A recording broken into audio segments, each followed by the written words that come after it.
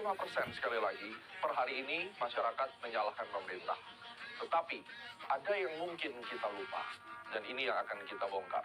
Kalau kita lihat gambar ini adalah Pak Soeharto dan Pak Prabowo berhadapan dengan Donald Trump dan Bill Clinton.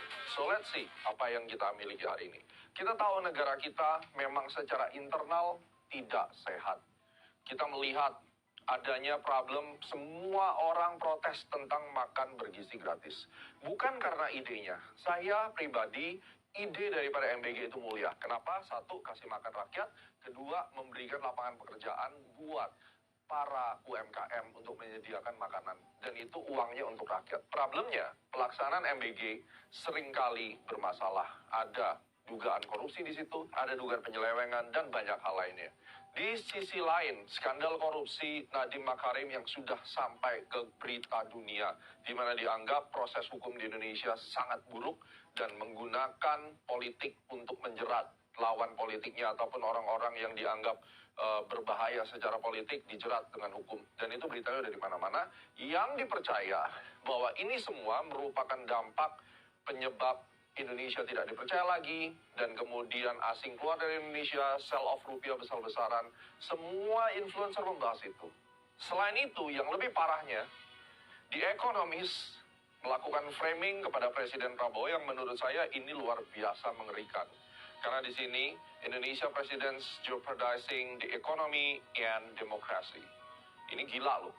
Ya, majalah sekelas The Economist yang katanya ini juga dimiliki oleh Rockefeller di sini, telah memframing presiden kita.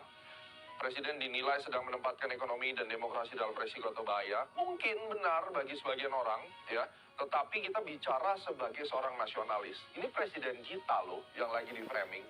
Oke. Terlepas dari Anda setuju atau tidak, Anda suka atau tidak dengan Pak Prabowo, kita bicara kepala negara kita sedang di framing oleh majalah ini.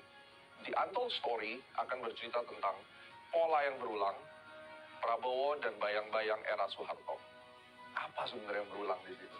Kalau 95% orang berpikir bahwa pemerintah kita bobrok, gagal, dan kita kiamat, Indonesia gelap, dan seterusnya. Bagaimana jika saya menghadirkan POV yang lain? Sebenarnya, presiden kita yang sedang dibully, itu sedang mempertahankan kedaulatan negara. Bagaimana kalau ini benar? Saya bukan penjilat pemerintah, dan saya sangat tidak suka dengan kejadian ini. Saya tidak suka pasar saham kita dihajar habis-habisan. Saya tidak suka rupiah kita sesuai dengan prediksi saya terus melemah sampai bahkan 18.220 seperti di konten ini sekali lagi. Tapi